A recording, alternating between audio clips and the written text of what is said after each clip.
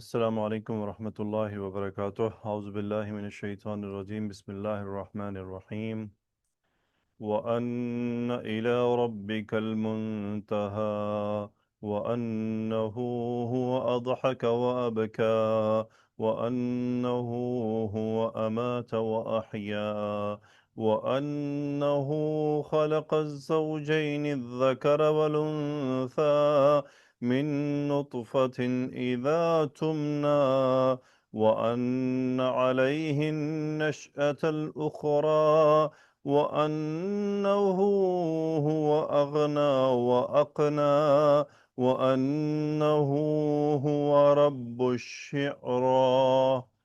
الحمدللہ، آج ہم انشاءاللہ سورۃ النجم کی آیات نمبر 42 سے 49 تک کریں گے، اور یہ آیات مبارکہ گزشتہ آیات کے اوپر عطف ہو رہی ہیں، جہاں پر ہم نے بدل کا تذکرہ شروع کیا تھا، اللہ تزر وازرۃ وزر اخری وان لیس للانسان الا ما سعى وان سعیہ سوف یری ثم یجزاہ الجزاء الاوفی۔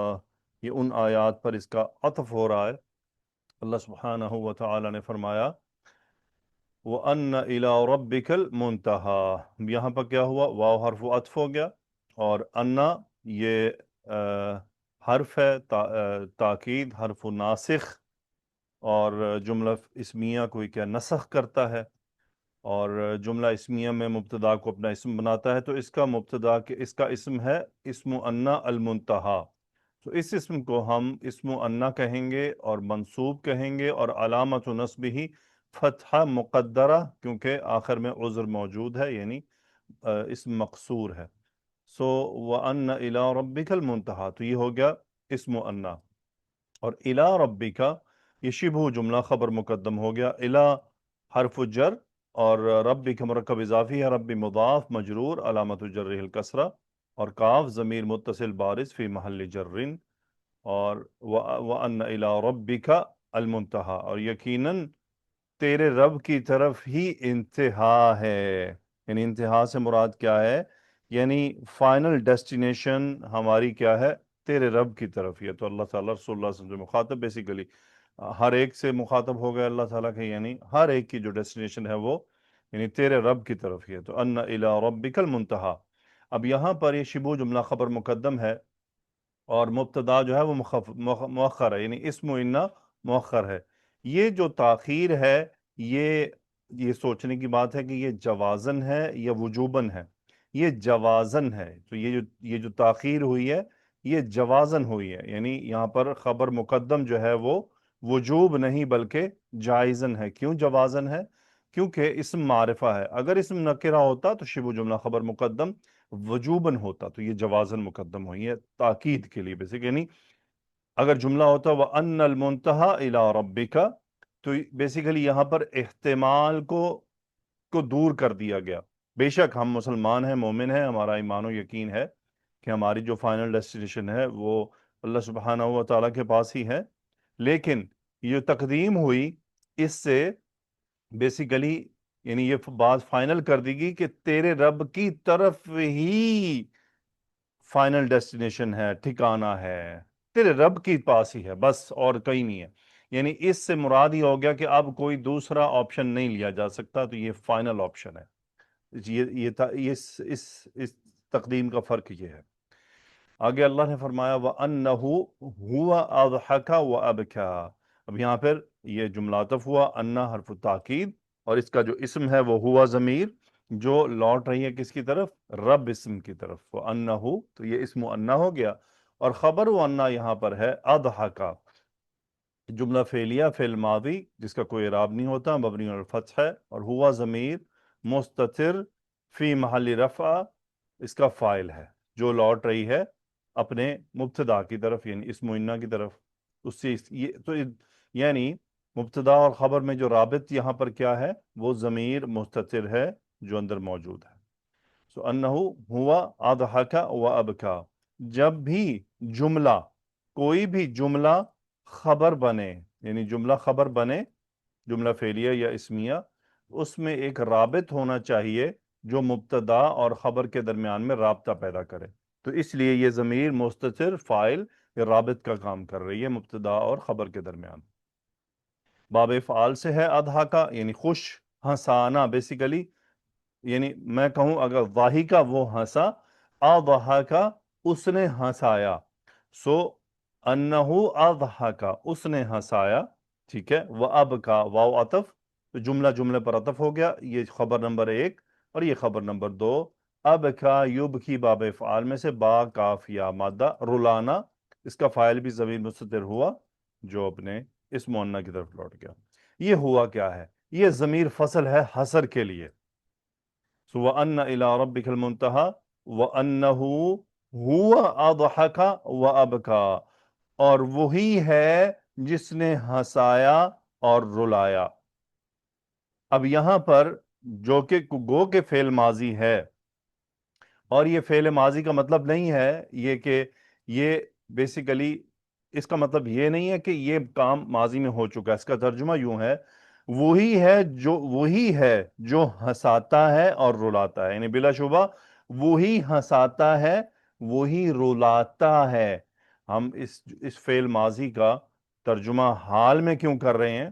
حال میں ہم اس لیے کر رہے ہیں کہ یہ ایسا یقینی عمل ہے، یعنی یہ بیسیکلی یہاں پر اگر ماضی ہو نا، ہم کہیں مثلا ہوا آدھا کا اس نے ہنسایا، اس کا مطلب اس نے ایک بار ہنسایا اور بات ختم ہو گئی.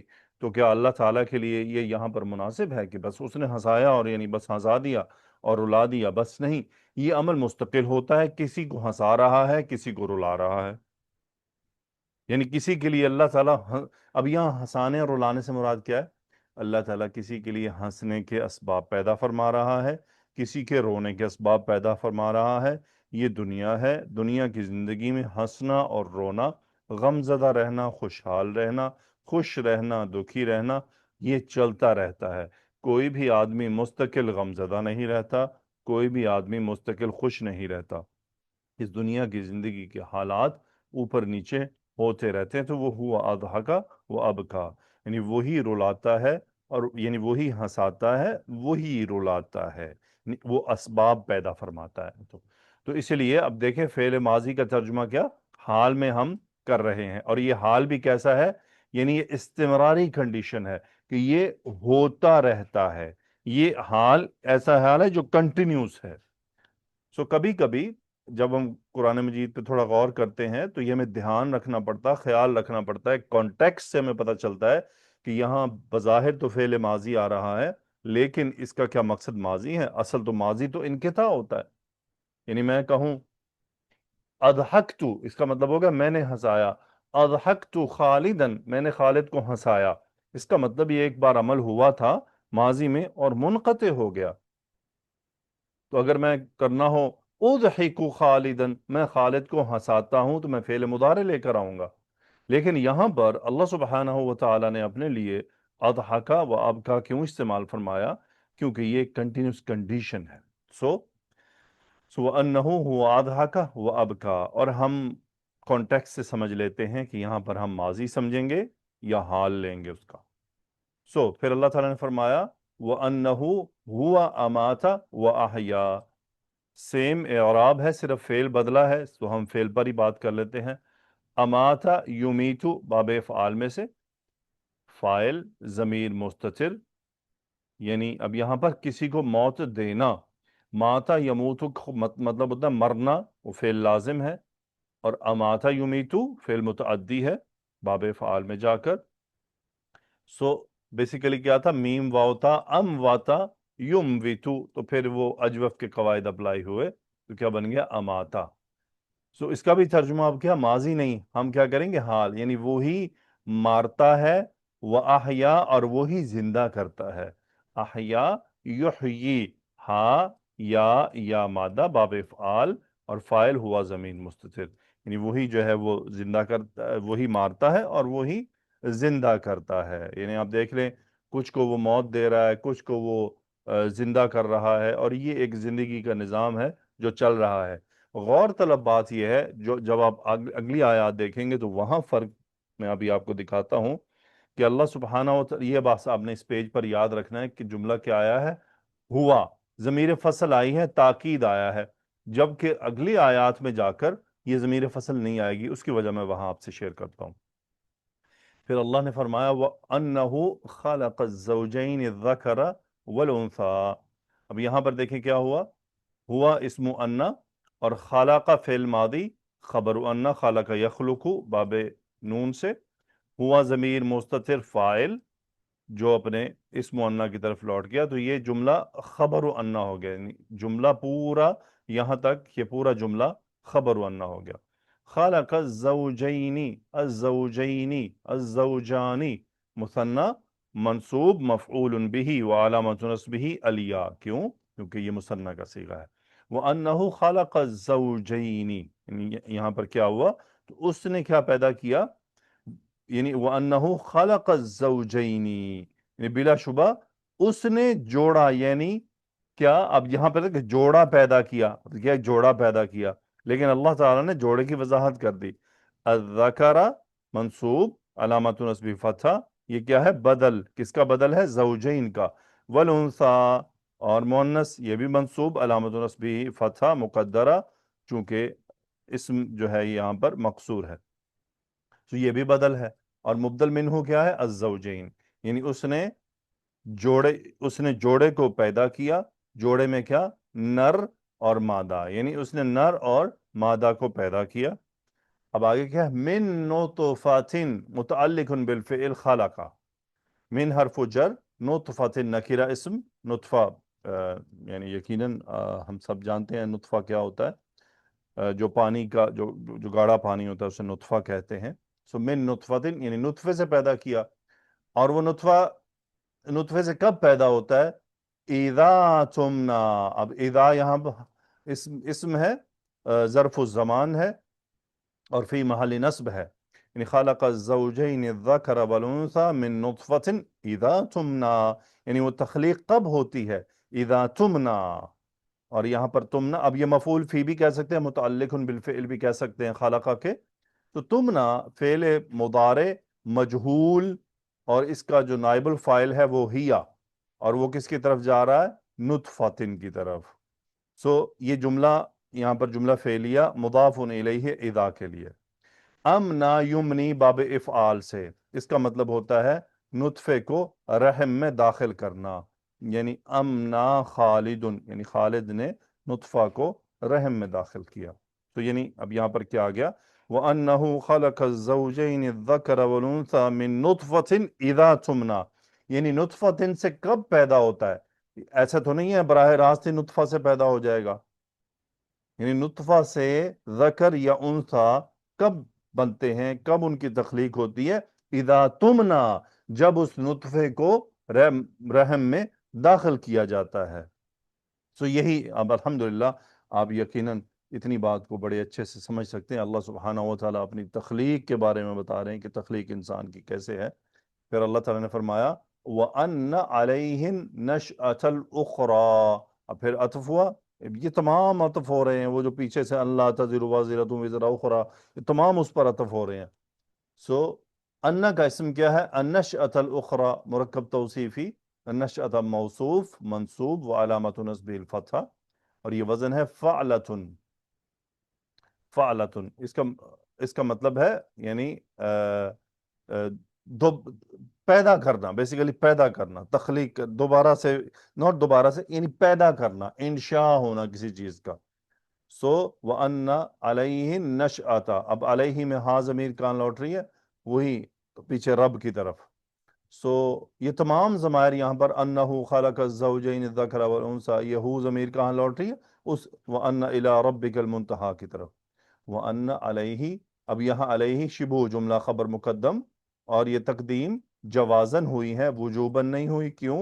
کیونکہ ہمارے پاس یہاں پر جو اسم و انا ہے وہ معرفہ اسم ہے، یہ جوازن ہوا ہے، یعنی اسی پر ہے۔